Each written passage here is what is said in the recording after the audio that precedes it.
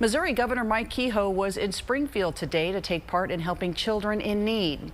He and the First Lady, Claudia Kehoe, joined the Care to Learn's 11th annual Shop with a Hero event, joining the group to visit the North Kansas Expressway Walmart Supercenter to help nearly 185 students purchase health, hunger, and hygiene items. When asked about the project, Governor Kehoe expressed he was impressed and appreciates the efforts of the group.